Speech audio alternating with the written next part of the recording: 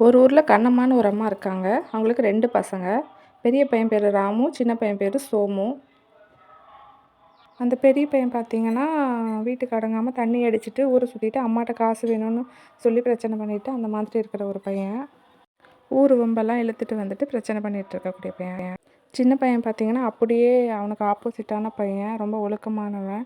கரெக்டாக வேலைக்கெல்லாம் கரெக்டாக போயிடுவான். சம்பாரிச்ச பணத்தை அம்மா கிட்ட கொண்டு வந்து கொடுத்துருவான். இப்படி இருக்கும்போது ஒரு நாள் வந்து அவங்க பாட்டி ஊர்லேருந்து வராங்க. வரும்போது கேட்குறாங்க, இந்த மாதிரி பெரியவன் பொறுப்பு இல்லாமல் இப்படி ஊரை சுற்றிட்டு ஊர் வம்பு இழுத்துட்டு இருக்கிறத பார்த்துட்டு கேட்குறாங்க, ஏன்டா இப்படி இருக்கிற? நீங்கள் 2 பேரும் ஒரே வயிற்றில் தானே பிறந்தீங்க. உன் தம்பி எப்படி இருக்கான், நீ எப்படி இருக்கிற அப்படின்னு சொல்லிட்டு பெரிய பையன்கிட்ட கேட்குறாங்க. அதுக்கு அவங்க பெரிய பையன் வந்துட்டு அமைதியாக இருக்கிறான். அப்புறம் கேட்குறான், யாரை பார்த்துடா நீ இந்த மாதிரிலாம் கற்றுக்கிட்டேன்னு அவங்க பாட்டி கேட்குறாங்க.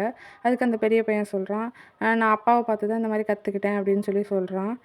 அப்பாவை பார்த்து, அப்பா நான் சின்ன வயசுலேருந்தே பார்த்துட்ருக்கேன். அப்பா நல்லா குடிப்பார், குடிச்சிட்டு அம்மாவை அடிப்பார், ஊரை சுற்றுவார், ஊர் வம்பு எடுத்துகிட்டு வருவார். அதை பார்த்து தான் நான் கற்றுக்கிட்டேன் அப்படின்னு சொல்லிட்டு பெரியவன் சொல்ல அதே கேள்வி வந்து சின்னவனை பார்த்து கேட்குறாங்க, நீ எப்படிடா இவ்வளோ பொறுப்பாக இருக்கிற அப்படின்னு சொல்லிட்டு, நீ யாரை பார்த்து கற்றுக்கிட்ட அப்படின்னு சொல்லிட்டு அவங்க பாட்டி கேட்குறாங்க. அதுக்கு சின்ன பையன் சொல்கிறான், நானும் அப்பாவை பார்த்து தான் பாட்டி கற்றுக்கிட்டேன் அப்படின்னு சொல்கிறான். எப்படிடான்னு பாட்டி ஆச்சரியப்படுறாங்க. உங்கள் அப்பாவை பார்த்து எப்படி கற்றுக்கிட்ட அப்படின்னு சொல்லி கேட்குறாங்க.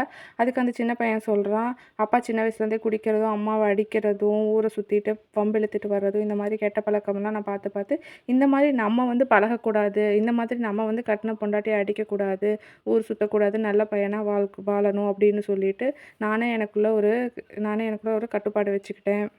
நானும் நாளைக்கு கல்யாணம் பண்ணிவிட்டு என் பொண்டாட்டியை அடிச்சுக்கிட்டு ஊரை சுற்றிட்டு இந்த மாதிரி இருந்தேன்னா, நாளைக்கு என் பையனும் இந்த மாதிரி தான் என்னை பார்த்து தான் பழகுவான் அப்படிங்கிறதுக்காக நானே என்னை மாற்றிக்கிட்டேன் அப்படின்னு சொல்கிறான். அவங்க பாட்டி ரொம்ப ஆச்சரியப்படுறாங்க. பரவாயில்ல, ஒரே வீட்டில் வளர்ந்தாலும் நீ வந்து நல்ல ஒழுக்கத்தை கற்றுருக்க அப்படின்னு சொல்லிட்டு அவங்க பாட்டி வந்து சந்தோஷப்படுறாங்க. பெரியவனையும் அப்படி மாற்றிக்க பெரியவனுக்கு புத்திமதி சொல்கிறாங்க அந்த பாட்டி.